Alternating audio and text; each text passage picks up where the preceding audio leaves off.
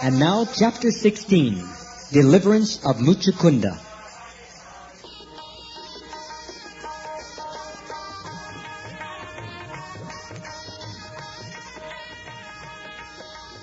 When Krishna entered the cave of the hill, Kalayavan followed, chastising him with various harsh words. Krishna suddenly disappeared from the demon's sight, but Kalayavan followed and also entered the cave. The first thing he saw was a man lying down asleep within the cave. Kalayavan was anxious to fight with Krishna, and when he could not see Krishna, but instead saw only a man lying down, he thought that Krishna was sleeping within this cave. Kalayavan was very puffed up and proud of his strength, and he thought Krishna was avoiding the fight. Therefore he strongly kicked the sleeping man, thinking him to be Krishna. The sleeping man had been lying down for a very long time.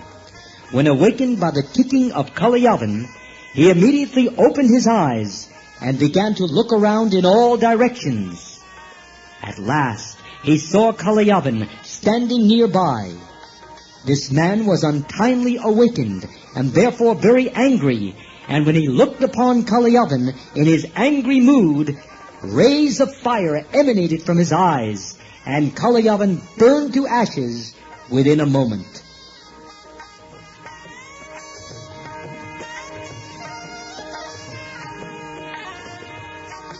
When Maharaj Parikshit heard this incident of Kalayavan's being burned to ashes, he inquired about the sleeping man from Shukdeva Goswami. Who was he? Why was he sleeping there? How had he achieved so much power that instantly, by his glance, Kalayavan was burned to ashes? How did he happen to be lying down in the cave of the hill? He put many questions before Shukdeva Goswami, and Shukdeva Goswami answered as follows. My dear king, this person was born in the very great family of King Ikshvaku, in which Lord Ramachandra was also born, and he happened to be the son of a great king known as Mandata. He himself was also a great soul, and was known popularly as Mucukunda. King Mucukunda was a strict follower of the Vedic principles of Brahminical culture, and he was truthful to his promise. He was so powerful that even demigods like Indra used to ask him to help in fighting the demons, and as such, he often fought against the demons to protect the demigods.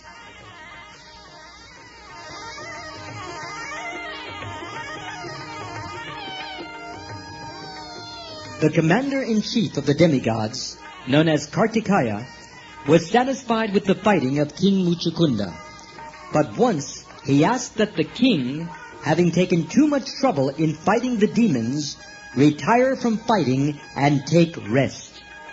The commander-in-chief, Kartikeya, addressed King Mucukunda. My dear king, you have sacrificed everything for the sake of the demigods. You had a very nice kingdom, undisturbed by any kind of enemy. But you left that kingdom, neglected your opulence and possessions, and never cared for fulfillment of your personal ambitions. Due to your long absence from your kingdom, while fighting with the demons on behalf of the demigods, your queen, your children, your relatives, and your ministers have all passed away in due course of time. Time and tide wait for no living man. Now, even if you retire to your home, you will find no one living there. The influence of time is very strong. All your relatives have passed away in due course of time. Time is so strong and powerful because it is a representation of the Supreme Personality of Godhead. Time is therefore stronger than the strongest. The influence of time can effect changes in subtle things without difficulty. No one can check the process of time. As an animal tamer tames animals, according to its will, time also enters things according to its own will. None can supersede the arrangement made by supreme time.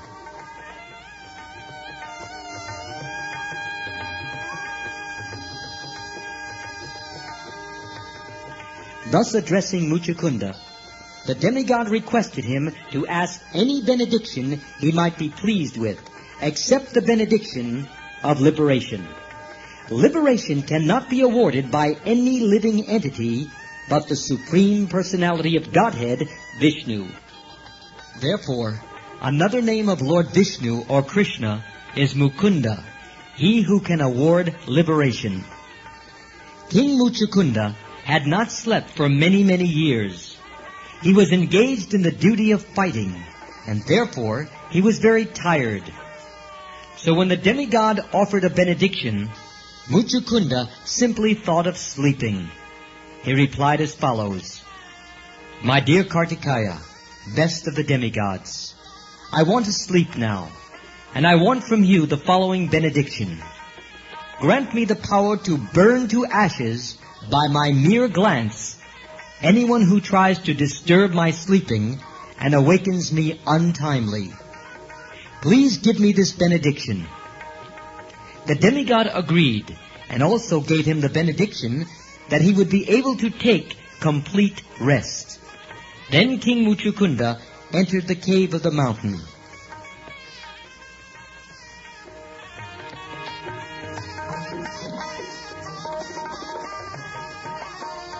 On the strength of the benediction of Kartikeya, Kalayavan was burned to ashes simply by Mucukunda's glancing at him. When the incident was over, Krishna came before King Mucukunda. Krishna had actually entered the cave to deliver King Mucukunda from his austerity, but Krishna did not appear before him first. He arranged that Kalayavan should come before him. That is the way of the activities of the Supreme Personality of Godhead. He does one thing in such a way that many other purposes are served. He wanted to deliver King Mucukunda, who was sleeping in the cave, and at the same time he wanted to kill Kalayavan, who had attacked Mathura city. By this action he served all purposes.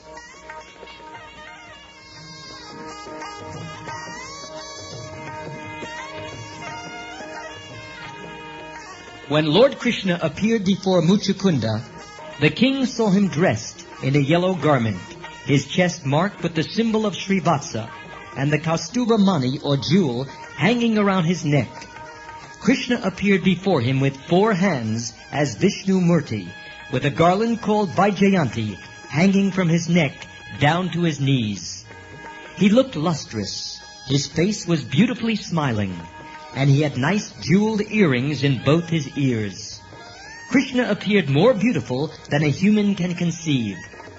Not only did he appear in this feature, but he glanced over Mucukunda with great splendor, attracting the king's mind. Although he was the Supreme Personality of Godhead, the oldest of all, he looked like a fresh young boy, and his movements were just like those of a free deer. He appeared extremely powerful. His influence and vast power are so great that every human being should be afraid of him.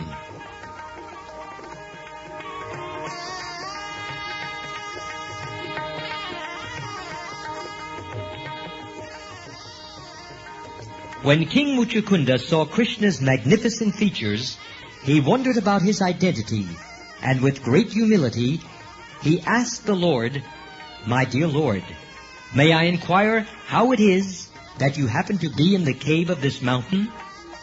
Who are you? I can see that your feet are just like soft lotus flowers. How could you walk in this forest full of thorns and hedges? I am simply surprised to see this. Are you not therefore the Supreme Personality of Godhead, the most powerful amongst the powerful? Are you not the original source of all illumination and fire? Can I consider you one of the great demigods like the sun, the moon, or Indra, king of heaven? Or are you the predominating deity of any other planet?" Mucukunda knew well that every higher planetary system has a predominating deity. He was not ignorant like modern men who think that this planet Earth is full of living entities and all others are vacant.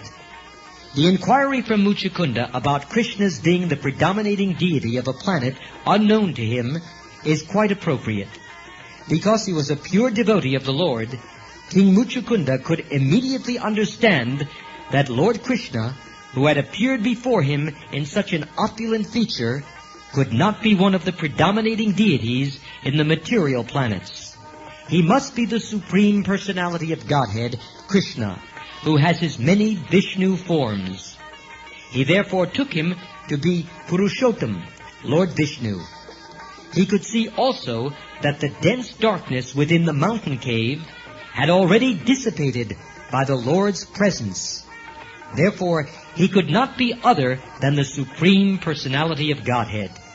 He knew very well that wherever the Lord is personally present by his transcendental name, quality, form, and so on, there cannot be any darkness of ignorance. He is like a lamp placed in the darkness.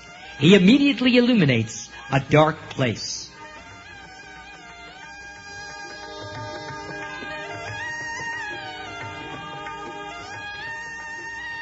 King Mucukunda was anxious to know about the identity of Lord Krishna, and therefore he said, "O best of human beings, if you think I am fit to know about your identity, kindly tell me who you are. What is your parentage? What is your occupational duty? And what is your family tradition?" King Mucukunda thought it wise, however, to identify himself to the Lord. Otherwise, he had no right to ask the Lord's identity. Etiquette is such that a person of less importance cannot ask the identity of a person of higher importance without first disclosing his own identity. King Mucukunda therefore told Lord Krishna, "My dear Lord, I must inform you of my identity. I belong to the most celebrated dynasty of King Ikshvaku, but personally I am not as great as my forefather. My name is Mucukunda. My father's name was Mandata, and my grandfather's name was Yuvanashva, the great king. I was very much fatigued due to not resting for many thousands of years, and because of this, all my bodily limbs were slack and almost incapable of acting. To revive my energy, I was taking rest in this solitary cave, but I have been awakened by some unknown man who has forced me to wake up, although I was not willing to do so. For such an offensive act, I have burned this person to ashes simply by glancing over him. Fortunately, now I can see you in your grand and beautiful features. I think, therefore, that you are the cause of killing my enemy. My dear Lord, I must admit that due to your bodily effulgence, unbearable to my eyes, I cannot see you properly. I can fully realize that the influence of your effulgence has diminished my power. I can understand that you are quite fit for being worshipped by all living entities."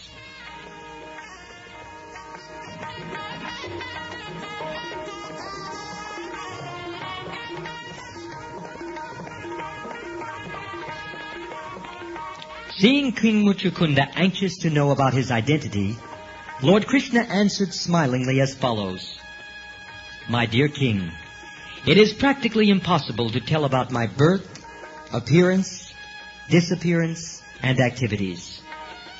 Perhaps you know that my incarnation, Anantadev, has unlimited mouths, and for an unlimited time, he has been trying to narrate fully about my name, fame, qualities, activities, appearance, disappearance, and incarnations.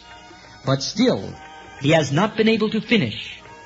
Therefore, it is not possible to know exactly how many names and forms I possess. It may be possible for a material scientist to estimate the number of atomic particles which make up this earthly planet, but the scientist cannot enumerate my unlimited names, forms, and activities. Many great sages and saintly persons try to list my different forms and activities, yet they have failed to make a complete list. But since you are so anxious to know about me, I may inform you that I have now appeared on this planet just to annihilate the demoniac principles of the people in general and re-establish the religious principles enjoined in the Vedas.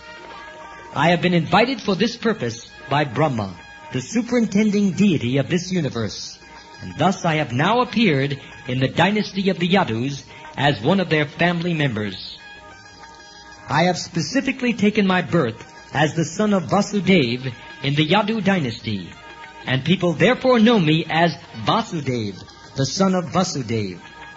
You may also know that I have killed Kamsa, who in a previous life was known as Kalanemi, as well as Pralambasura, and many other demons. They have acted as my enemies, and I have killed them. The demon who was present before you also acted as my enemy, and you have very kindly burned him to ashes by glancing over him.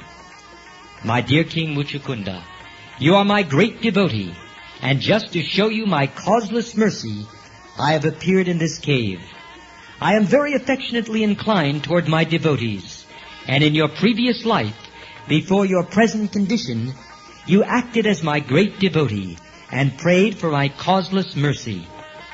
I have therefore come to see you to fulfill your desire. Now you can see me to your heart's content. My dear King, now you may ask from me any benediction you wish, and I am prepared to fulfill your desire. It is my eternal principle that anyone who comes under my shelter must have all his desires fulfilled by my grace.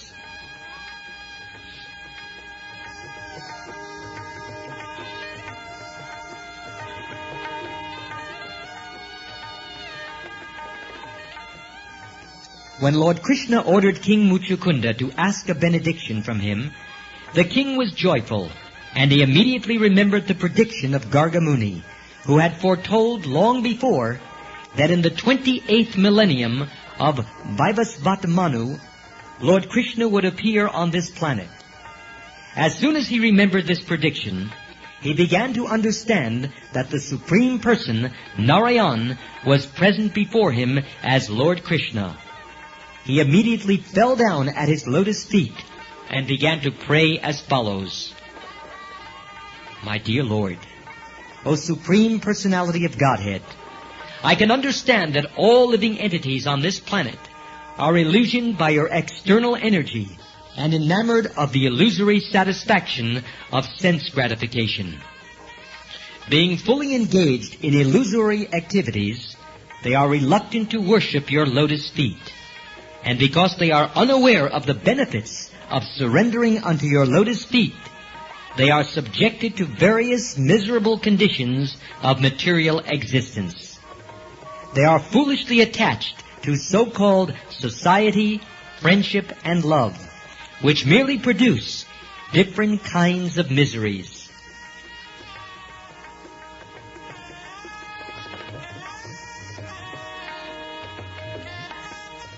Illusioned by your external energy, everyone, both man and woman, is attached to this material existence, and all are engaged in cheating one another in a great society of the cheaters and the cheated. These foolish persons, not knowing how fortunate they are to have obtained this human form of life, are reluctant to worship your lotus feet. By the influence of your external energy, they are attached to the glare of material activities, to so-called society, friendship, and love, like dumb animals that have fallen into a dark well. The example of a dark well is given because in the fields there are many wells unused for years and covered over by grass, and poor animals, not knowing of them, fall into them, and unless rescued, they die. Being captivated by a few blades of grass, the animals fall into a dark well and meet death. Similarly, foolish persons, without knowing the importance of the human form of life, spoil it simply for sense gratification and die without any useful purpose.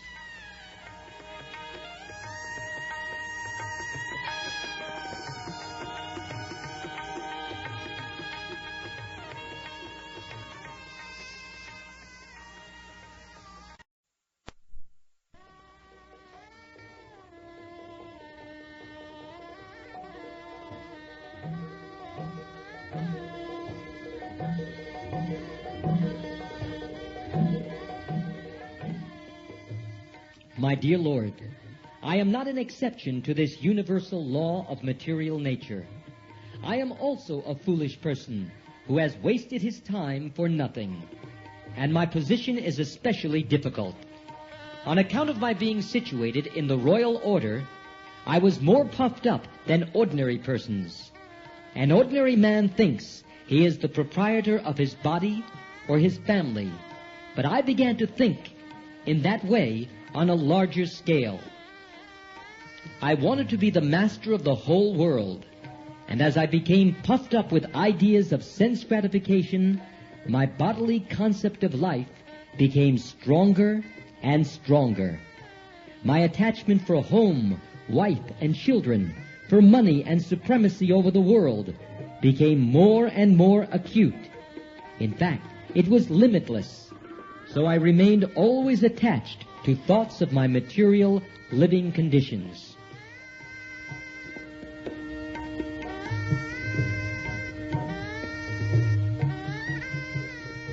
Therefore, my dear Lord, I wasted so much of my valuable lifetime with no benefit. As my misconception of life intensified, I began to think of this material body, which is just a bag of flesh, bones, as the all in all, and in my vanity I believed I had become the king of human society. In this misconception of bodily life, I began to travel all over the world, accompanied by my military strength, soldiers, charioteers, elephants, and horses. Assisted by many commanders and puffed up by power, I could not trace out your lordship, who always sit within my heart as the most intimate friend. I did not care for you, and this was the fault of my so-called exalted material condition. I think that, like me, all living creatures are careless about spiritual realization and are always full of anxieties, thinking, what is to be done? What is next? But because we are strongly bound by material desires, we continue to remain in craziness.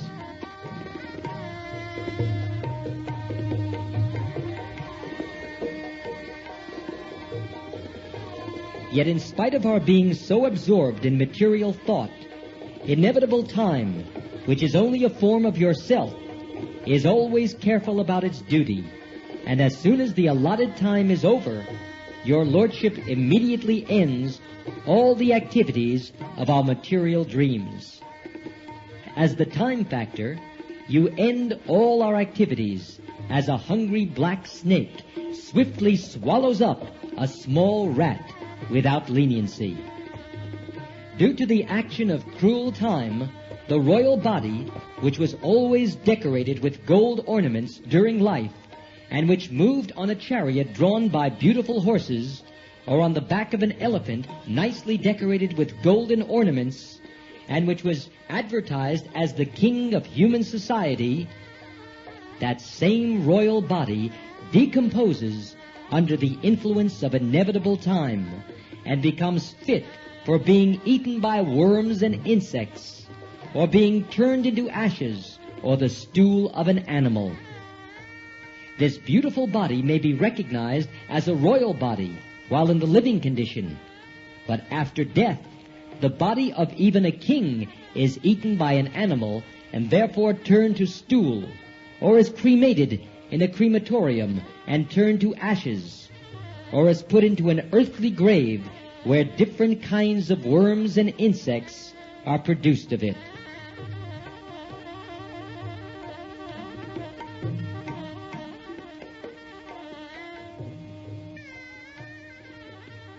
My dear Lord, we come under the full control of this inevitable time, not only after death, but also in a different way while living.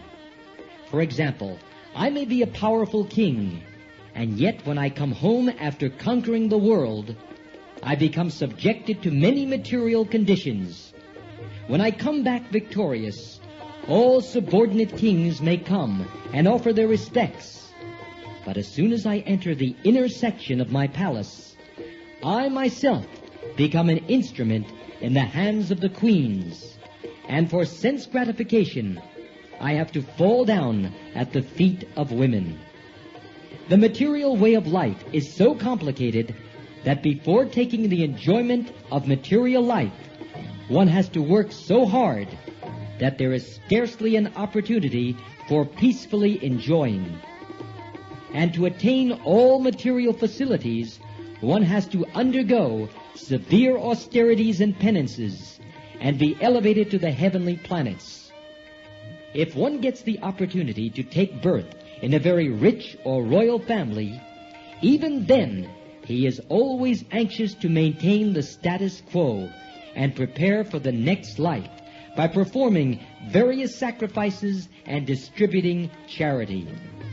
Even in royal life, one is full of anxieties, not only because of political administration, but also in regard to being elevated to heavenly planets.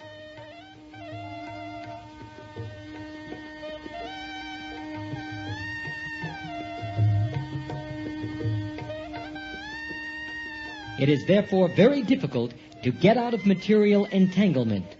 But if one is somehow or other favored by you, by your mercy alone, he is given the opportunity to associate with a pure devotee. That is the beginning of liberation from the entanglement of material, conditional life. My dear Lord, only by the association of pure devotees is one able to approach your Lordship, who are the controller of both the material and spiritual existences. You are the supreme goal of all pure devotees, and by association with pure devotees, one can develop his dormant love for you. Therefore, development of Krishna consciousness in the association of pure devotees is the cause of liberation from this material entanglement.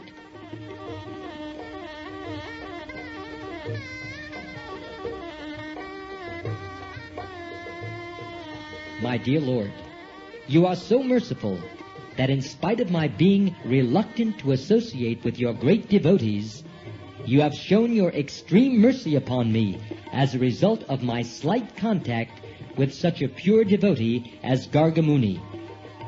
By your causeless mercy only have I lost all my material opulences, my kingdom, and my family. I do not think I could have gotten rid of all these entanglements without your causeless mercy. Kings and emperors sometimes accept a life of austerity to forget their royal life. But by your special, causeless mercy, I have already been bereft of royalty. Other kings exert themselves to get free from attachment to kingdom and family by accepting the hardships of renunciation. But by your mercy, I do not need to become a mendicant or to practice renunciation.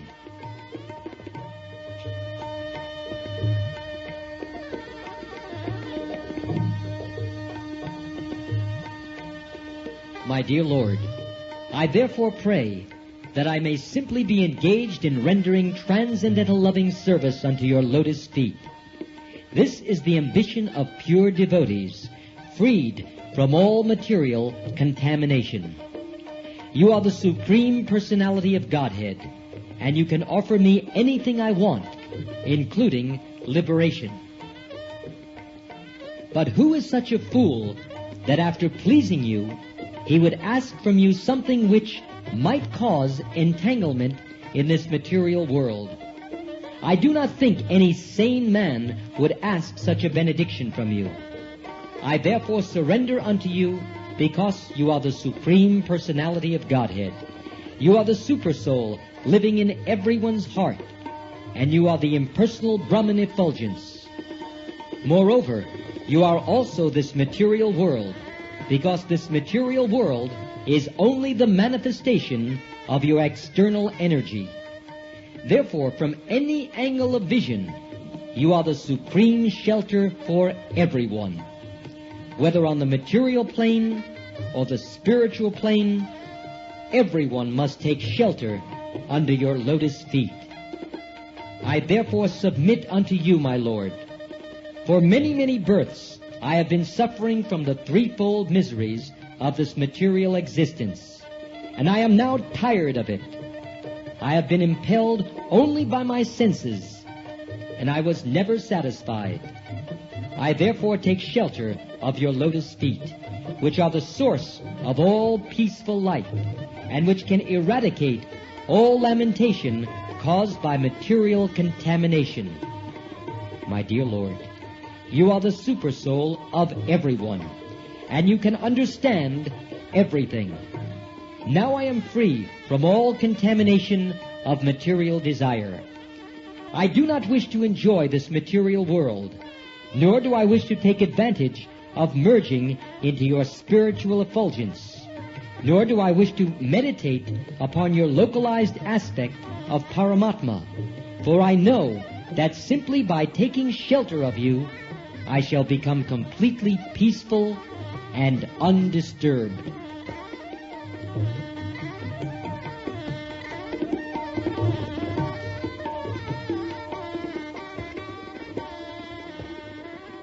On hearing this statement by King Mucukunda, Lord Krishna replied, My dear King, I am very much pleased with your statement.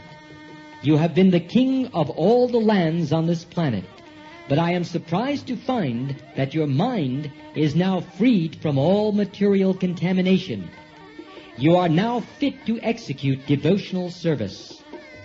I am most pleased to see that although I offered you the opportunity to ask from me any kind of benediction, you did not take advantage of asking for material benefits.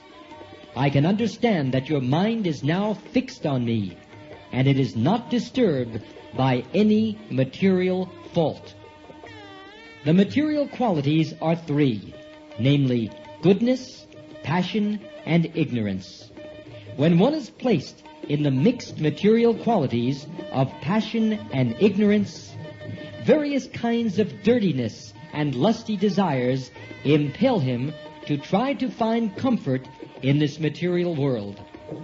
When situated in the material quality of goodness, one tries to purify himself by performing various penances and austerities. When one reaches the platform of a real Brahmin, he aspires to merge into the existence of the Lord. But when one desires only to render service unto the lotus feet of the Lord, he is transcendental to all these three qualities. The pure Krishna-conscious person is therefore always free from all material qualities.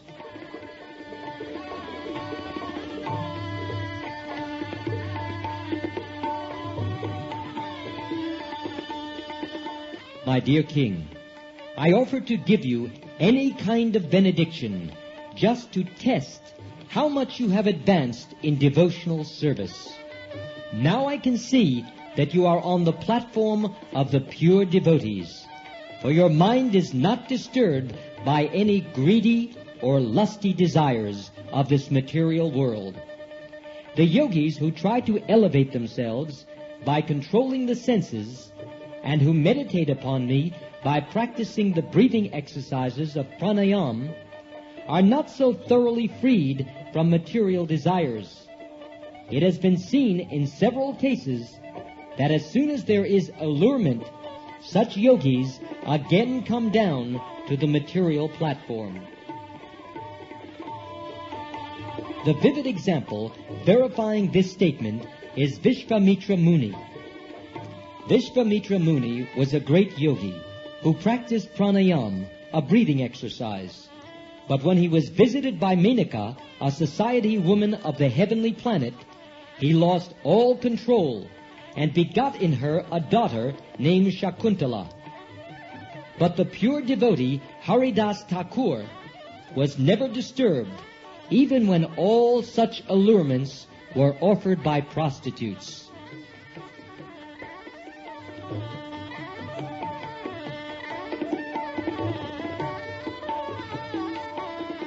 My dear King, Lord Krishna continued, I therefore give you the special benediction that you will always think of me. Thus you will be able to traverse this material world freely, without being contaminated by the material qualities. This statement by the Lord confirms that a person in true Krishna consciousness, engaged in the transcendental loving service of the Lord, under the direction of the spiritual master, is never subject to the contamination of material qualities. My dear King, the Lord said, because you are a Kshatriya, you have committed the offense of slaughtering animals, both in hunting and in political engagements. To become purified, just engage yourself in the practice of bhakti yoga, and always keep your mind absorbed in me. Very soon you will be freed from all reaction to such sordid activities. In this statement it appears that although Kshatriyas are allowed to kill animals in hunting, they are not freed from the contamination of such sinful reactions. Therefore it does not matter whether one is a Kshatriya, Vaishya, or Brahmin. Everyone is recommended to take sannyas at the end of life, to engage himself completely in the service of the Lord, and thus to become freed from all sinful reactions of his past life.